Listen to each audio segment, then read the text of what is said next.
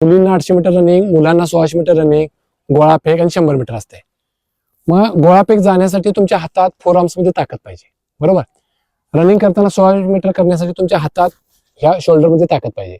ही ताकद येण्यासाठी ग्राउंडवरचा व्यायाम योग्यच आहे, पण त्यापेक्षा महत्वाचा व्यायाम म्हणजे हा डबल बार. हा डबल बार एवढा ताकदवान व्यायाम आहे की तुमची बॉडी, फोर आर्म, कॉलर सगळं तयार होतंय. या व्यायाम मध्ये बरेचसे प्रकार आहेत. यामध्ये तुम्ही सुरुवातीला वॉर्मअप करू शकताय, अप डाऊन करू शकताय, किंवा तुम्ही वेगळ्या वेगळ्या पद्धतीने सुद्धा व्यायाम करू शकताय. त्यामध्ये खाली वर जाऊ शकताय किंवा मागून सुद्धा वेगळ्या पद्धतीने पुढे जाऊ शकताय. आणि हे करत असताना तुम्ही डबल बॅरचा व्यायाम करता करताना ह्या डिप सुद्धा मारू शकताय. यावर जर तुम्ही व्यायाम करणार तर खूप शरीराला ना ताण देतोय, खूप ताण देतोय.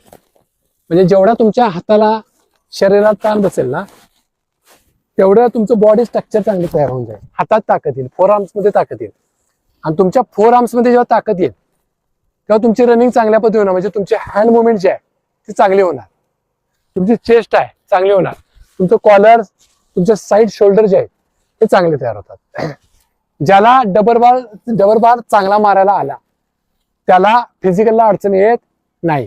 किंवा पोलीस भरतीला, आर्मी भरतीला मुलांसाठी चेस्ट फुगवावी लागते किंवा बेसिक चेस्ट बसावी लागते. ज्याची चेस्ट कमी आहे त्यांनी डबल बार मारायचा. तुमच्या लक्षात आलं का? इव्हन तुम्ही डबल बारवर स्टमक सुद्धा मारू शकताय. म्हणजे कसं, ज्याला हेवी व्यायाम करायचा आहे तो डबल बारवर स्टमक सुद्धा मारू शकतो. तुमच्या लक्षात आलं का?